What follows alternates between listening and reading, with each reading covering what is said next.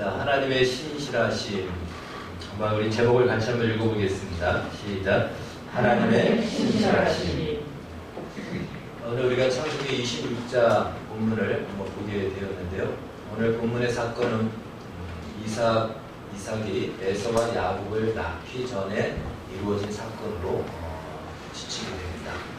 왜 그런가 하니 만약에 그 아이들이 있었다면 주변 사람들이 당연히 누가는 이삭의 아내였을 것이다 라고 추측할 수 있죠. 근데 아이들이 없었기 때문에 혹시 누군가, 혹시 뭐 아내인가, 혹시 동생인가 이렇게 생각을 했고 또 그렇게 접근을 했던 것을 보게 됩니다. 이삭이 오늘 본문에 보니까 그랄이라는 지역으로 가게 되었는데요. 그 지역으로 가게 된 것에 겉으로 나타난 이유 말고 속으로 가지고 있는 하나님의 이유가 있었습니다. 그것은 바로 아브라함에 이어 이삭도 이제 약속의 후사, 믿음의 족장 자리에 이르기 위한, 그래서 믿음의 독립성을 키우기 위한 하나님의 과정 속에 이루어진 것으로 볼 수가 있습니다. 즉 하나님의 언약은 아브라함의 가문을 통해서 흘러가지만 아브라함의 가문을 통해서 흘러갑니다. 그래서 언약의 수혜자 혹은 언약의 이행 당사자라고 할 수 있는 아브라함이나 이삭, 바로 이러한 사람을 통해서 흘러가지만 그 언약에 걸맞는 사람으로 하나님은 훈련시키면서 그 언약을 흘러보내는 것이지 그냥 언약만 주지 않는다는 것입니다.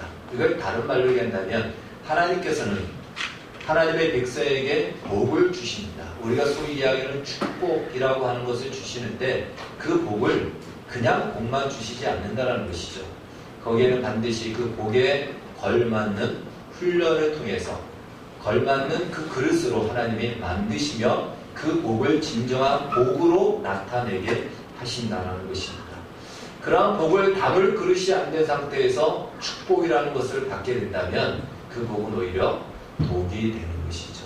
우리가 소위 오늘날도 이 주변에서 갑자기 부자가 돼서 어찌할까를 알지 못하는 사람들을 졸부라고 얘기하지 않습니까? 바로 하나님은 우리를 졸부로 만들지 않으신다는 것입니다. 그래서 그러한 과정으로 지금 이삭이 그랄로 내려가게 됐다 이렇게 볼 수가 있습니다. 오늘 성경은 그 이유를 이렇게 표면적으로 얘기합니다. 그 땅에 흉년이 들었다. 그러니까 하나님께서 이제부터 내가 너를 훈련한다 라고 이렇게 말씀하고 시작하는 것이 아니고요. 그냥 우리의 일상의 모든 삶의 영역과 현실이 다 하나님의 훈련의 소재가 된다는 것입니다.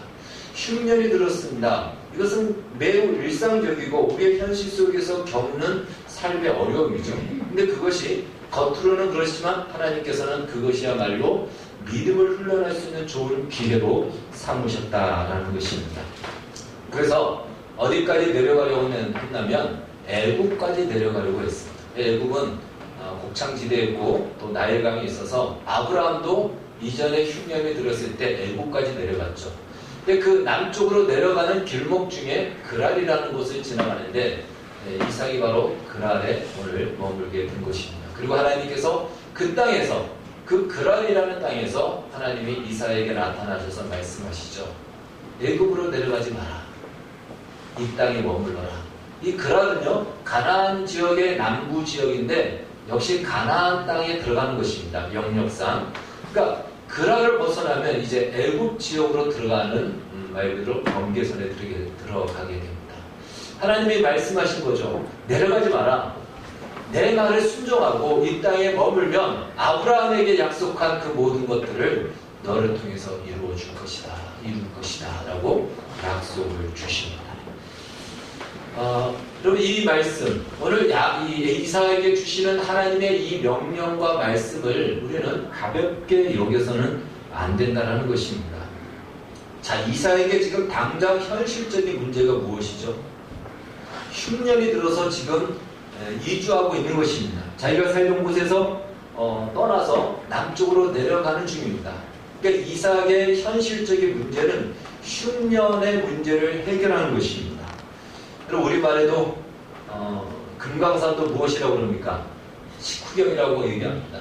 아무리 좋은 이 경관을 보더라도 있다 할지라도 배가 고프면 그것이 좋아 보이지 않죠. 멋져 보이지 않죠. 일단은 먹는 문제를 해결을 해야지만이 제대로 보는 것입니다. 만약에 여행 중에 조난을 당했는데 어떻게 해서 부살일생으로 무인도에 딱 안착을 했습니다. 근데 그 무인도에 모래 해변이 모래가 아니고 다 다이아몬드로 돼 있다고 생각해 보십시오. 어마어마하지 않습니까? 손으로 잡는 것마다 다이아몬드의 그 보석들로 꽉 차 있다면 엄청나죠. 그런데 정작 그 무인도에 먹을 것이 없습니다. 그 어마어마한 다이아몬드가 무슨 소용이 있겠습니까? 가장 기본적이고 현실적인 문제, 먹는 문제예요. 이것은 생존과 직결이 되어 있는 것입니다. 가장 우리의 현실적인 문제인 것이죠. 이삭에게 있어서 이 현실적인 문제를 가지고 하나님이 지금 시험하신다는 것이에요. 그러니까 우리는 이 말씀을 결코 가볍게 넘길 수 없는 문제입니다. 보통 창세기 26장 하면은 성경을 좀 아는 분들은 두 가지를 기억할 것입니다. 하나는 이삭이 리브가를 자기 동생으로 아브라함처럼 또 팔아버리려고 했던 그 사건. 또 하나는 이삭이 그 땅에서 농사를 지었는데 100배의 수확을 얻었다라는 이 사건. 그리고 그와 함께 이제 우물 사건을 기억할 것입니다. 근데 사실 가장 중요한 것은 이 문제예요. 하나님이 그랄 땅에 머물러라. 내려가지 마라. 이삭에게 있어서는 굉장히 갈등이 시작되는 것이죠. 나의 현실적인 문제, 먹는 문제, 생존의 문제를 해결해야 되는데 하나님은 내려가지 말고 이 땅에 머물라고 합니다. 그러면 당장 현실적인 어떤 문제를 해결해 주셨느냐? 해결해 주시지 않았습니다. 여전히 그 땅도 흉년으로, 감옥으로, 흉년으로 고통 가운데 있고 이삭은 그 고통과 어려움을 감수해야 되는, 그 아픔과 힘듦을 감수하면서 하나님의 말씀에 순종해야 되는 이 갈등 속에 있다는 것이죠.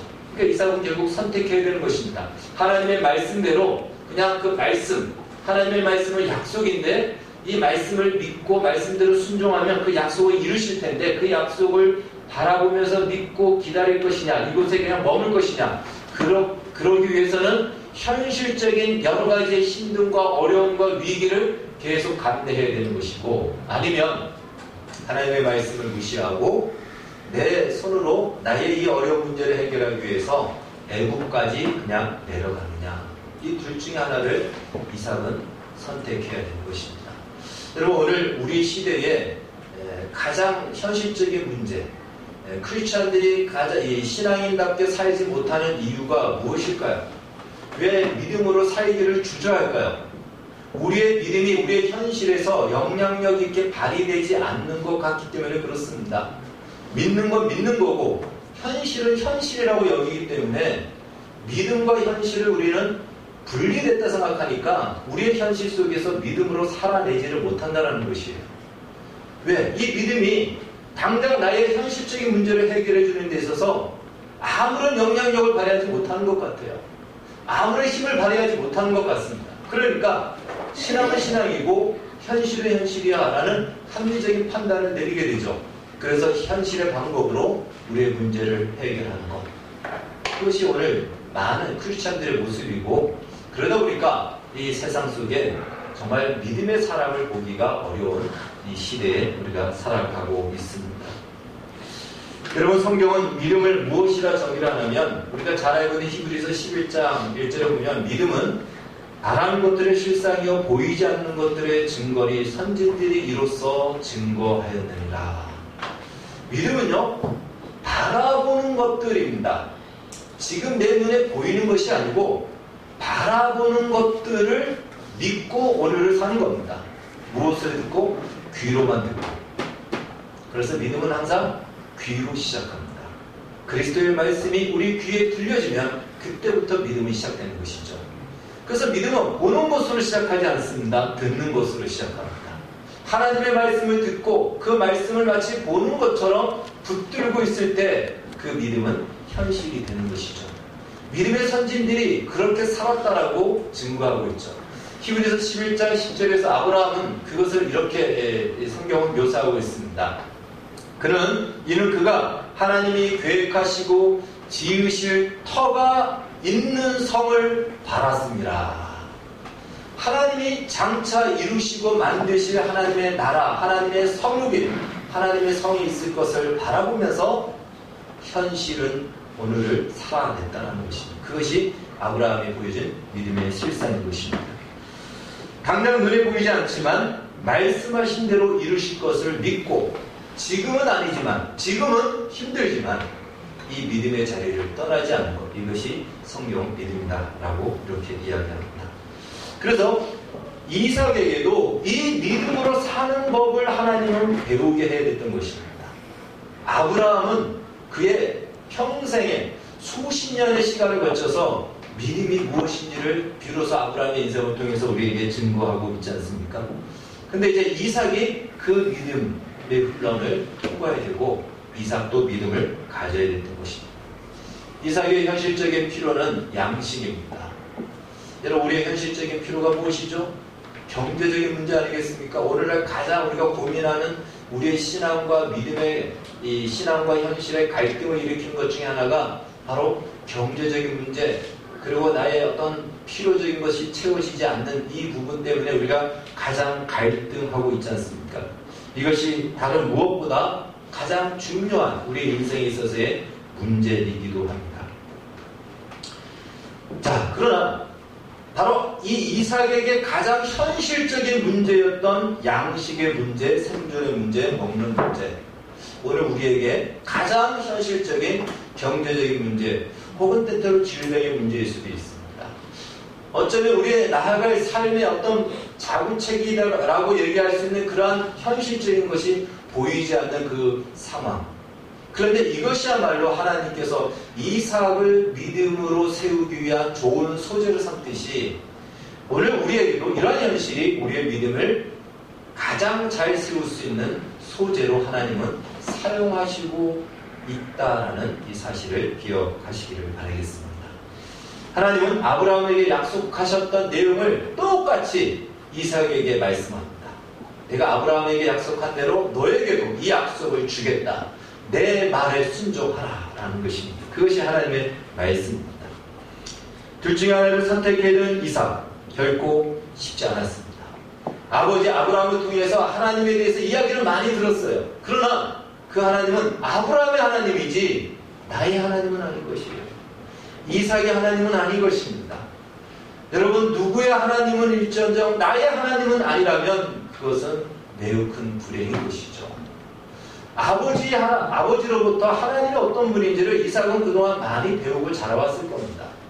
그러나 그 하나님은 항상 한 발씩 건너서 나는 바라봐야 되는 하나님인 것이죠. 이제 이삭이 나의 하나님이라고 이야기할 수 있는 그 기회, 하나님은 그 기회로 지금 이 상황을 만드신 것이죠. 이삭은 나의 하나님, 이삭의 하나님이라고 말할 수 있으려면 이삭도 역시 하나님을 믿는 믿음을 가져야 됩니다. 그리고 그 믿음은 무엇이죠? 말씀에 대한 순종으로 내가 하나님 당신을 믿습니다라는 그 믿음을 증거하고 입증해야 된다는 것입니다.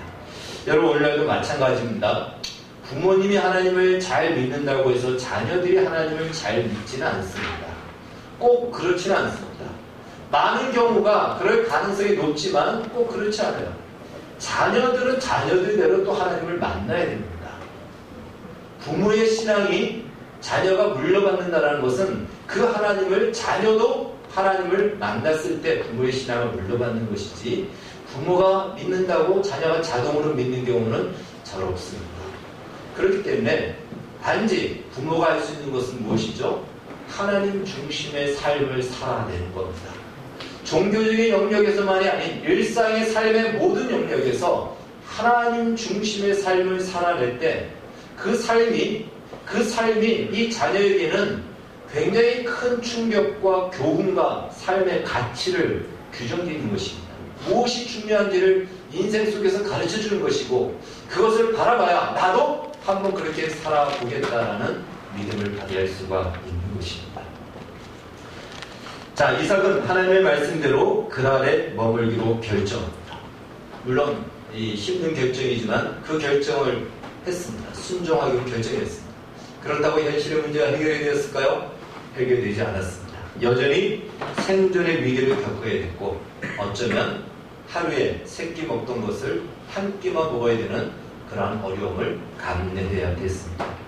그런 와중에 한 중요한 사건이 터지게 되는 것이죠.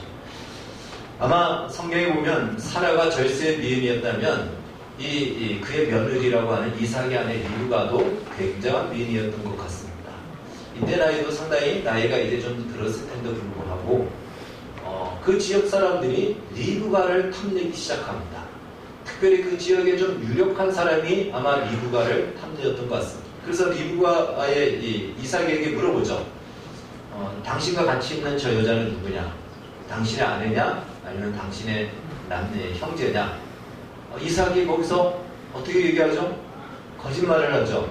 나의 누이 동생이다. 사실적으로는 동생에게 동생입니다. 누이 동생입니다. 사촌 동생입니다.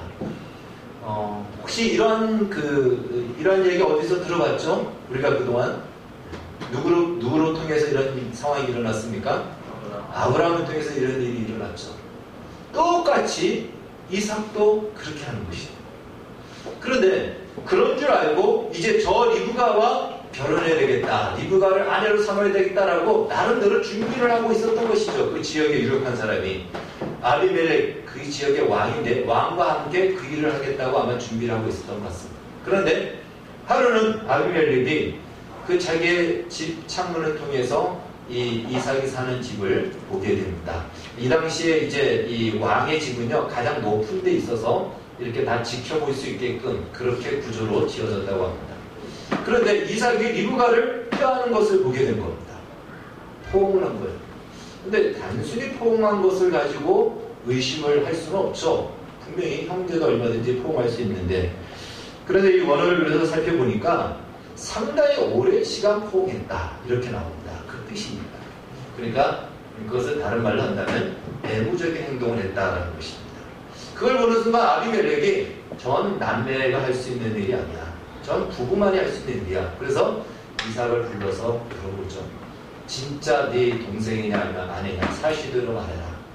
그러니까 이삭이 이미 그것은 다 보고한 얘기니까 아내라고 얘기합니다. 근데 왜 거짓말했냐? 아브라함하고 똑같이 얘기해요. 내가 만약에 아내라고 한다면 나의 아내를 빼앗기 위해서 나를 죽일까봐 어쩔 수 없이 두려워서 동생이라고 이야기했습니다. 그러자 이 아비멜렉으로부터 엄청난 책망을 받게 되고 창피를 톡톡히 당하게 되죠. 오늘날로 얘기한다면 바로 이렇게 얘기하는 겁니다. 세상 사람은 다 그래도 예수 믿는 사람은 그러면 안 되지 않냐. 그런데 안 믿는 사람도 하지 않는 그런 행동을 믿는 당신이 한단 말이냐? 그러고도 당신이 예수를 믿는다고 말할 수 있냐? 이런 말을 들은 거예요. 네, 이런 말을 들은 거예요. 얼마나 창피하고 부끄럽습니까? 여러분, 이삭이 어떤 사람이었죠? 이삭에 대해서는 성경은 많은 얘기를 하지 않지만 가장 중요한 얘기를 한 군데에서 창세기 22장에서 소개해 주죠. 아브라함이 모리아 산에 올라가서 제물로 바치려고 할 때에 이삭을 바치려고 했죠. 근데 성경에 보니까 이삭이 10대의 나이에서 아브라함을 밀치고 살 수도 있지만 그런 기록이 없습니다. 그냥 제단 위에 제물로 그냥 누워버립니다. 그러니까 아브라함이 하나님이 너를 제물로 바치라고 했다라고 했을 때 순순히 받아들였던 사람이에요. 그래서 제물로 그 자리에 올라갔던 사람입니다. 이삭은 정말 신앙적으로 종교적으로 봤을 때 아주 모범적인 신앙을 가졌던 사람입니다. 그렇지 않습니까? 정말 칼로 내가 제물이 되겠다고 그 자리에 올라간다는 신앙은 대단한 신앙입니다. 그러나 여러분, 진짜 신앙은요, 종교적인 영역을 넘어서 우리의 일상의 삶의 영역에서 우리의 신앙의 가치가 드러나야 된다는 것입니다. 여러 번 반복하여 말씀드렸지만 종교적인 것으로 우리의 신앙을 좋다 나쁘다라고 평가할 수 없다는 것이에요. 일상의 삶에서 정말 그가 믿고 있는 신앙의 가치대로 살아내느냐, 이것이 신앙이 좋냐 나쁘냐를 알 수 있는 것입니다. 그래서 수도원에서 사는 사람은 신앙이 좋은지 나쁜지 알 수가 없어요. 세상 속에서 살아내야 됩니다. 이 사회 속에서 믿음으로 사는 이 훈련의 과정을 거치지 않고서는 우리는 신앙을 평가할 수가 없죠. 물론 종교적인 영역에서 충실하지 않은 사람이 세상 속에서 믿음으로 산다는 것은 거의 불가능하고 힘듭니다. 이 두 가지가 다 있어야 된다는 것이죠. 여러분, 이삭은 이 사건을 통해서 무엇을 발견하게 되냐면 자기 자신의 실상을 보게 되었던 것입니다. 그동안 나름대로 자기는 신앙을 자부했을 겁니다. 내가 재물이 되고자 스스로 그 제단에 올라갔던 사람인데 하나님을 믿는 신앙, 나보다 나은 사람이 있을까? 우리가 봐도 이삭보다 나은 사람이 없을 것 같아요. 그러나 그에게 정작 재물로 자기의 몸을 내어 바친다고 하였지만 실제적인 자기가 판단할 수 있고 선택할 수 있는 그 위기가 오자 이 이삭은 자기의 아내를 동생으로 팔아 자기의 목숨을 부지하고자 했던 참으로 파렴치하고 비겁하고 비열한 자신의 실상을 보게 된 것입니다. 그렇기 때문에 우리는 우리의 신앙을 통해서 우리의 실상을 볼 수 있는 그 현실과 현장이 필요합니다. 그것이 바로 우리의 가정, 또 우리 사회 속에서의 관계, 이런 것들이죠. 우리 지금 고3 중에 상아라고 있습니다. 상아는 이제 바로 사회에 나가기 위해서 지금 아르바이트를 하는데, 이 어정에 있는 쪽갈비 집에서 아르바이트를 하는데 쪽갈비가 아주 장사가 잘 된다고 합니다. 거기가 본점이라고 하는데, 거기서 보다 보면은 물어봤어요. 혹시 손님들 중에 어렵게 하는 사람들 진상 손님 없냐? 그러니까 있다라는 거예요. 말도 안 되고 상식에 벗어나는 그러한 요구를 하고 그렇게 대우한다는 거예요. 정말 기가 차서 말을 못하겠다. 여러분, 그러한 사회, 그러니까 전혀 경험하지 못했지만 이제 그 상아는 사회 현실을 경험하는 거예요. 아, 세상이 만만치 않구나. 이렇게 해야 돈을 벌 수 있는 거구나 라는 걸 이제 한 걸음 한 걸음 배워가죠. 여러분, 신앙도 마찬가지입니다. 우리가 이 땅에서 우리의 신앙으로 한번 던져봐서 부딪혀 봐야 됩니다. 그래서 얼마나 쉽지 않은지, 우리의 믿음이 얼마나 연약한 존재인지 연약한지를 우리는 거기서 확인하게 되는 거죠. 그래서 이 이삭은 비로소 자기의 실상을 보면서 더 이상 내가 괜찮다라고 얘기했는데 내가 괜찮은 사람이 아니구나 라는 걸 알게 되는 거죠. 더 이상 자기 자신을 신뢰하지 않게 됩니다. 여러분, 우리 주변을 보십시오. 세상 사람들이요, 얼마나 자기 자신을 믿는지 몰라요. 철저히 자기 자신을 신뢰합니다. 우리 학생들도 주목해서 잘 들으세요. 자기 자신을 철저히 믿습니다. 나는 절대 그렇지 않아. 그리고 나는 뭐든지 할 수 있어. 자기 자신을 믿어요. 여러분, 에덴 동산에서 선악과의 시험은 무엇입니까? 하나님을 의지하지 말고 너 자신을 의지하고 너 자신을 믿어. 이것이 에덴 동산에서의 선악과의 시험입니다. 그래서 우리 이렇게 이야기할 수 있습니다. 하나님을 믿지 않는 것의 반대말은 하나님을 안 믿는 것이 아니고 자기 자신을 믿는 것이다. 하나님을 믿는 것의 반대는 자기 자신을 믿는 것입니다. 이삭은 그동안 신앙에 있어서 자부했지만 그 현실 앞에 처참히 무너지는 그러한 현실을 통해서 자신의 실상을 깨닫게 되고, 나도 역시 하나님의 은혜가 아니면은 이 믿음을 지켜낼 수 없구나라는 이 훈련을, 이 과정을 통해서 배우게 됩니다. 자, 그런데 놀라운 것은요, 아브라함 때도 그랬지만 이삭 때도 마찬가지로 하나님께서 이러한 파렴치한 행동을 한 아브라함과 이삭에 대해서 아무런 책망도 하지 않는다는 사실입니다. 그래서 어떻게 보면 하나님은 이런 우리의 연약함을 다 아시기 때문에 그냥 넘어가 주시는가, 아니면 이런 데 관심이 없는가 하는 의아함을 가질 수밖에 없는 그러한 마음을 들게 만듭니다. 요즘 같았으면 이러한 만약에 사건이 나오면은 사회면, 신문 사회면에 일면에 대문짝으로 나올 텐데 하나님은 아무런 언급도 하지 않으십니다. 그런데 이번 말씀을 준비하면서, 이 말씀을 묵상하면서 하나님이 알려주신, 저에게 또 이렇게 깨닫게 주신 것이 있습니다. 그것은 무엇이냐면, 왜 하나님이 이렇게 말씀하시지 않은가? 그것은요, 그리스도인들에게서의 벌 혹은 그리스도인들에게서의 창피는요, 하나님으로부터 심판을 받고 하나님으로부터 해초리를 맞는 것이 아닙니다.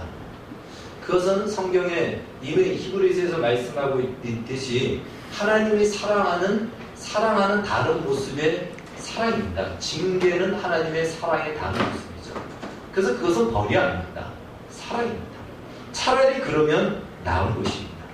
그런데 진짜 그리스도인들에게서 창피해야 될 것은 무엇이냐면, 그것은 바로 하나님을 믿지 않는 불신자에게 욕을 먹는 것입니다. 이 불신자의 욕은 결국 이렇게 말하는 것과 똑같습니다. 너는 내 목숨이 죽을까봐 너의 아내를 누이 동생이라 속여야 할 정도로 그렇게 해야 내 목숨을 네가 보호할 수 있을 정도로 하나님은 너를 지켜주지 않니? 이렇게 이야기하는 것과 똑같습니다. 도대체 네가 믿는 하나님은 어디에 있니? 이 말과 똑같은 거예요. 내가 믿는 하나님은 뭐 하기에 너는 내 목숨을 너가 지키기 위해서 그렇게 거짓말을 하면서 그렇게 사니? 이야기합니다. 이건 무진장 모욕스럽고 수치스럽고 창피한 것입니다. 그러니까 하나님이 얘기할 필요가 없는 것이 이미 아브라함이나 이삭은요 그 심판을 받은 거예요. 그 벌을 받은 겁니다. 너 그러고도 예수를 믿는다고 말할 수 있니? 이 말보다 더 창피한 것이 어디 있겠습니까? 이 말을 이미 받았다는 것이죠.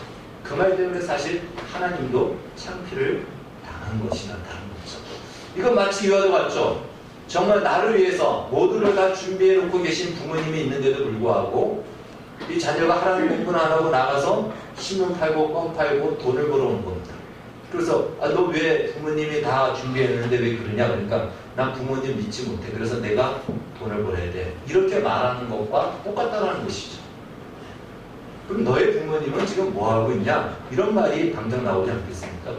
바로 이러한 창피를 당했기 때문에 더 이상 하나님이 말씀하시지 않지 않았나 이렇게 여기십니다.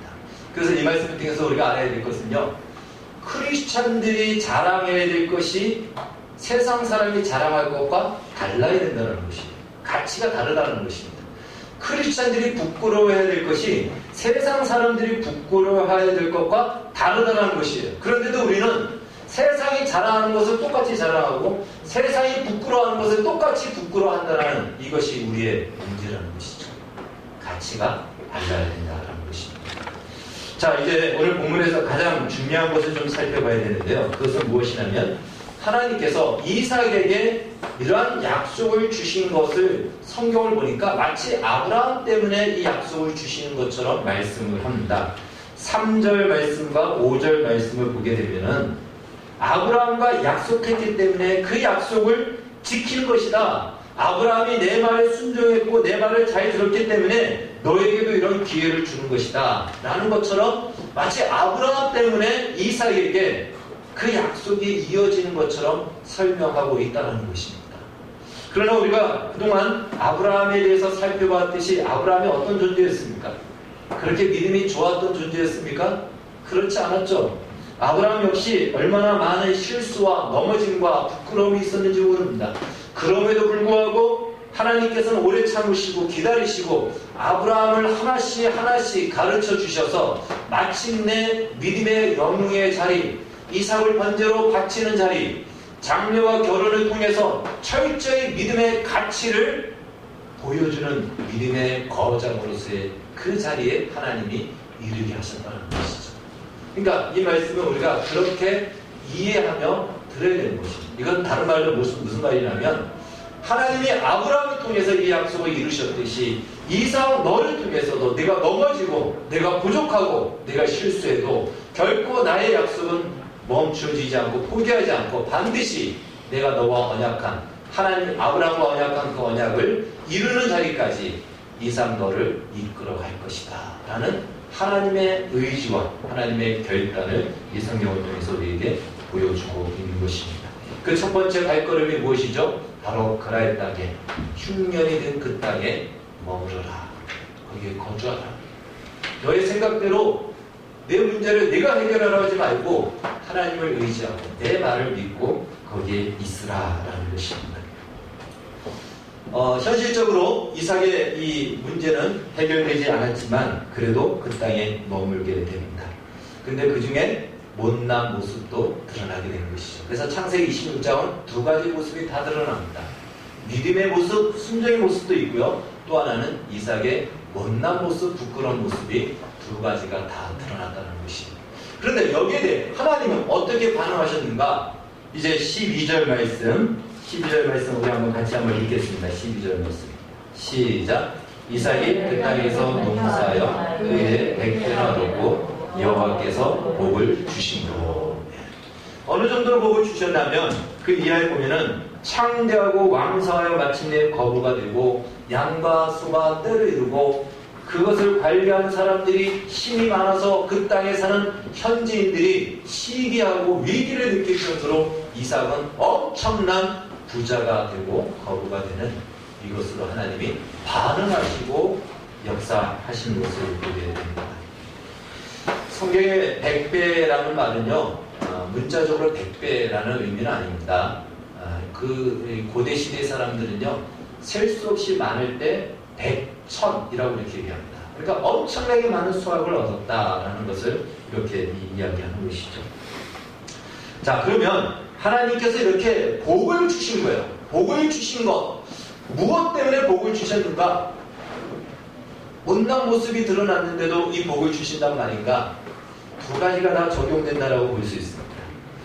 첫 번째는요, 말씀에 순종한 것에 대한 하나님의 응답입니다. 그리고 하나님의 말씀에 순종한다라는 말은 이런 의미입니다. 하나님의 말씀은 약속입니다.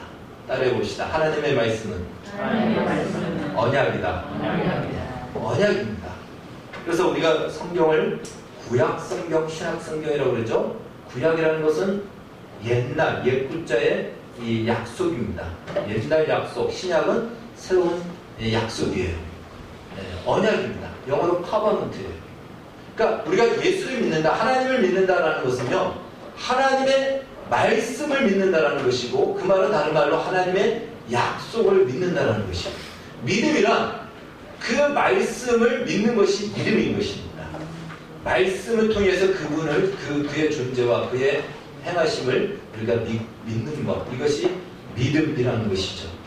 바로 이 말씀대로 순종했다는 것은 이 약속을 믿었다는 것이고, 오늘 이 말씀은 100배의 결실이 이루어진 것은 하나님의 약속하신 대로 약속을 성취하셨다는 것이에요.